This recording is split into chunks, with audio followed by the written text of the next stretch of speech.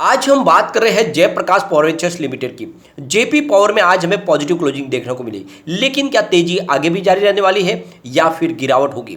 तो यहाँ पे बहुत बड़ी एक गुड न्यूज निकल के आ रही है पावर सेक्टर के लिए, specially thermal power plant based कंपनियों के लिए एक बहुत बड़ी गुड न्यूज है। यहाँ पे दूसरी दो बहुत बड़ी अपडेट और है, उसको भी डिस्कस करेंगे और जानने की कोशिश करेंगे इस छोटे से पेनी स्टॉक में क्या इन्वेस्टमेंट करना चाहिए।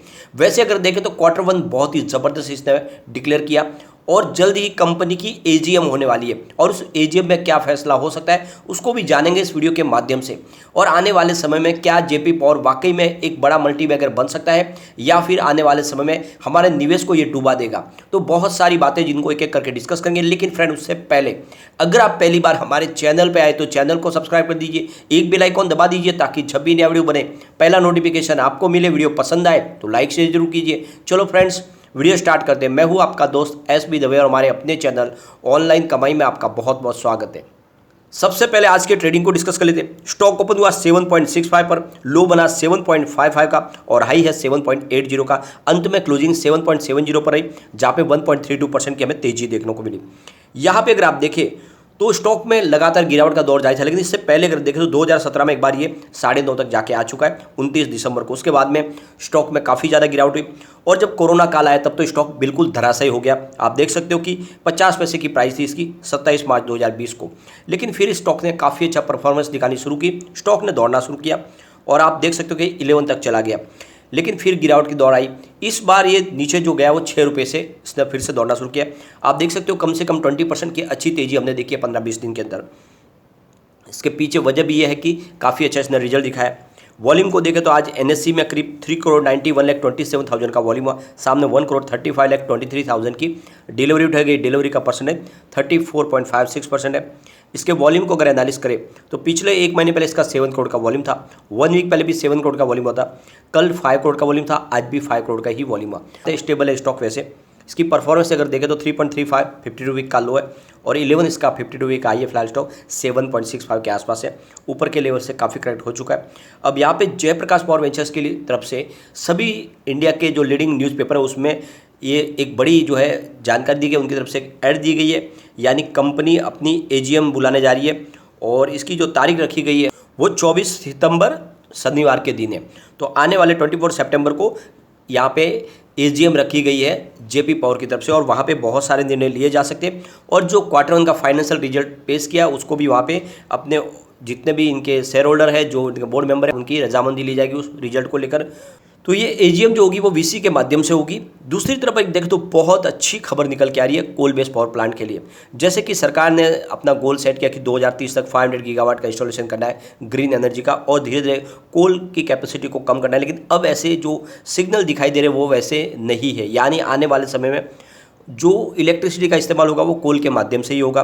तो फिलहाल सरकार जो कोल की जो प्लांट्स है, जो थर्मल पावर प्लांट है, उनको बंद करने के फिलहाल कोई संभावना दिखाई नहीं दे रही है, ये डिले हो जाएगा। ये जो रिपोर्ट कह रही है कि फिलहाल जो ग्रीन एनर्जी के जो सोर्सेज है, चाहे विंड पावर या सोलर पावर, उनमें इतनी वो अभी कैपेसिटी नहीं है कि वो 50% की कैपेसिटी को पा ले 2030 तक। तो फिलहाल जो भी ऊर्जा का इस्तेमाल है वो फिलहाल 70% आप देख सकते हो कि थर्मल पावर प्लांट के माध्यम से ही बिजली का इस्तेमाल होता है और वो आगे भी जारी रहेगा और सरकार लगातार इसमें कैपेसिटी को और बढ़ा भी रही है।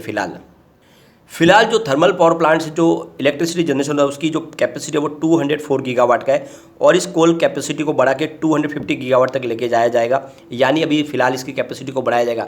जिस तरह से बातें निकल के आ रही थी आने वाले समय में थर्मल पावर प्लांट बंद हो जाएंगे, उसको शट डाउन किया जाएगा, वैसी फिलहाल संभावना नहीं है, बल्कि सरकार अभी इसमें और इसकी कैपेसिटी को बढ़ाएगी क्योंकि इलेक्ट्रिसिटी कंजम्पशन लगातार बढ़ रहा है। यहाँ पे जो एनालिस्ट है जो इस जानकारी रखते हैं पावर सेक्टर की, सुनील दहिया, उनका कहना है कि अगर 1 रुपया भी और सरकार नए थर्मल पावर प्लांट के कैपेसिटी को बढ़ाने में लगाएंगे तो फिर जो सरकार का गोल है जीरो कार्बन पॉलिसी का वो अचीव नहीं हो पाएगा, क्योंकि फिर जैसे इन्वेस्टमेंट बढ़ेगा तो फिर आने वाले समय में जो गोल है उसको अचीव करने में मुश्किल हो जाएगी। लेकिन फिलहाल अगर आप देखें तो 30 गीगावाट के कोल प्रोजेक्ट फिलहाल पाइपलाइन में आने वाले समय में ये शुरू हो जाएंगे। तो ये प्रोजेक्ट लगातार बढ़ रहे हैं और इस हिसाब से सरकार ने भी अपनी मंशा क्लियर की है कि भले ही उन्होंने अपना गोल सेट किया 2030 तक 500 गीगावाट का, लेकिन जिस तरह से इलेक्ट्रिसिटी का डिमांड बढ़ रहा है उसको पूरा करने के लिए फिलहाल कोल बेस्ड पावर प्लांट की जरूरत है और इस कैपेसिटी कैपेसिटी को बढ़ाया जाएगा। तो आप समझ सकते हो कि आने वाले समय में कम से कम 2030 तक तो कोल बेस्ड पावर प्लांट की कैपेसिटी और बढ़ेगी।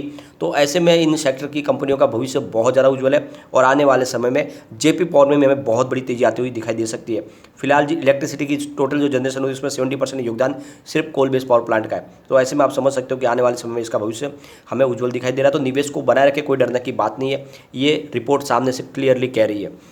यहाँ पे जो एक और अपडेट निकल के आ रही है वो बिजली उपभोग करने वाले जो कंज्यूमर है उनके लिए अच्छी खबर नहीं है, क्योंकि यहाँ पे सरकार एक नया अमेंडमेंट बिल लाने जा रही है। 2005 का जो पुराना उसको अमेंड करके नया बिल लाया जा रहा है और इस बिल के माध्यम से जो अब इलेक्ट्रिसिटी इस्तेमाल होगी और उसमें जो खर्च आता है डिस्कॉम का, वो जो भी प्राइस बढ़ के आएगी वो सारा का सारा अब जो खर्च होगा वो कंज्यूमर के ऊपर डाला जाएगा। यानी एक तरह से डिस्कॉम को ये आज़ादी दी जाएगी कि जो भी उनके इलेक्ट्रिसिटी के बनाने में, उसको खर्च करने में, उसको इस्तेमाल करने में, उसको ट्रांसपोर्टेशन करने में जो खर्च हो रहा है वो सारा पैसा अब कस्टमर से लिया जाएगा, जो रिटेल जो कंज्यूमर है जो इसको इस्तेमाल करे। तो इससे आने वाले समय में इलेक्ट्रिसिटी की प्राइस और बढ़ेगी और हर राज्य की अलग अलग हो सकती है। और सरकार चाहती है कि जो भी इन डिस्कॉम के ऊपर फिलहाल जो ड्यू बकाया रकम है वो जल्द से जल्द रिकवर हो। इसके लिए ज़रूरी है कि उनकी सेहत सुधरे और इसके ज़रूरी है कि जो भी फिलहाल लॉस मेकिंग जो डिस्कॉम चल रहे हैं उनको प्रॉफिट में लाया जाए। और इस वजह से ये लोड है जो फिलहाल रिटेल कंज्यूमर के ऊपर आ सकता है आने वाले समय में।